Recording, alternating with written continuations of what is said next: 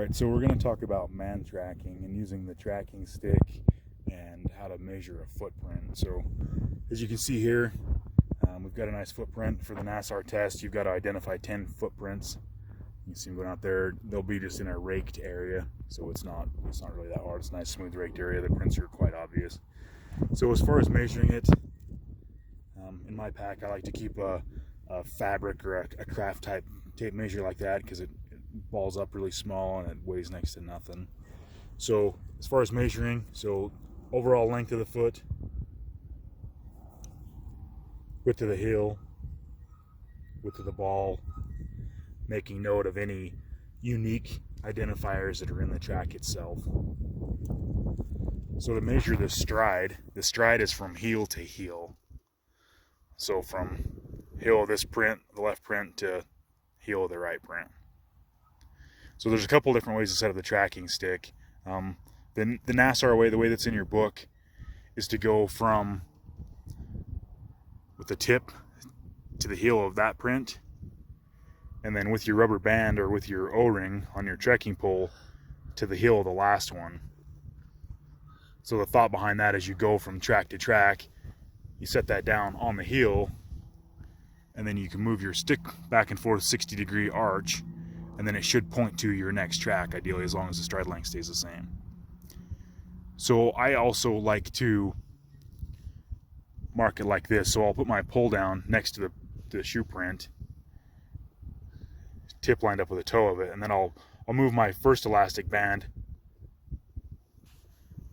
so it's the length of the foot, and then I'll go ahead and move my second elastic band down. So my first one is at my heel of my next print, and then my second one is at the toe of my first one. So that way, as I lay my stick down, you can see that the rubber band is going to be at the toe, or excuse me, at the heel, and then my stick should point at the toe of the next print. So as we move down, go to the next one, sweep it across. The next one's right there. Elastic band's on the heel, tips pointed to the toe. So it's easy enough to do. You can just rake out a section of dirt at your house or wherever, play with your kids. Just practice setting up your stick, and if you have any questions, give me a call. Thanks. We're going to learn how to track footprints. So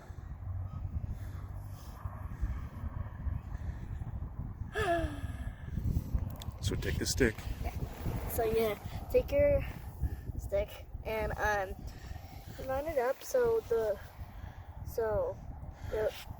point is at the toe, and then you get your rubber band and you place it to where the heel is, and then you know how long it is, but you don't know how long it is in like centimeters or inches. So then we're gonna use our ruler. Where's the ruler? We're just using the stick, I thought. So we're gonna get our ruler out.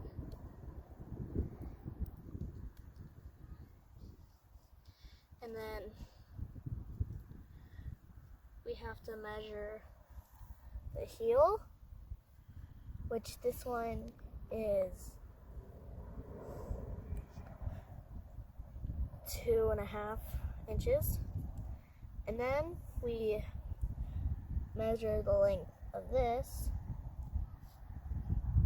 from the heel to the toe, and then it's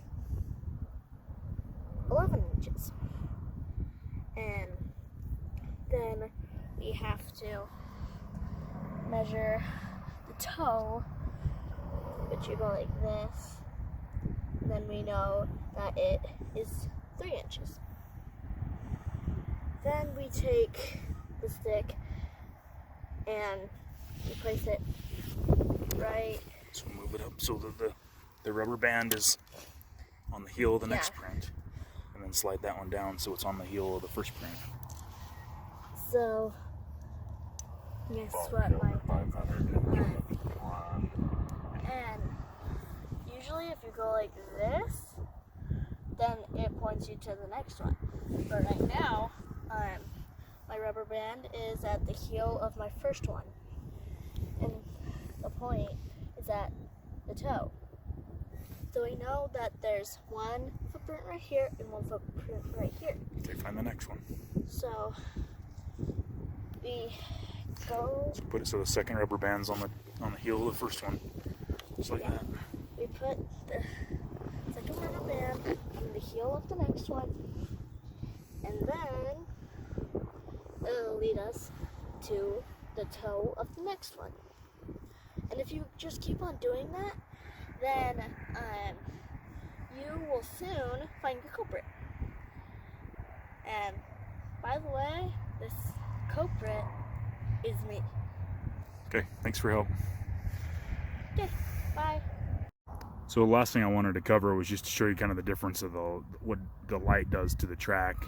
So I'm facing north, that direction is north, so the sun's going down. It's to my left on the west side. So if you look at the track this way with the sun behind us, you can see what it looks like. And then if you move over to the other side, so now we're looking to the west, you can see what difference the shadows and stuff make. So it's a good idea to be able to manipulate your light and your shadows and stuff around the track, because by doing that you can have a track show up that you can't normally see.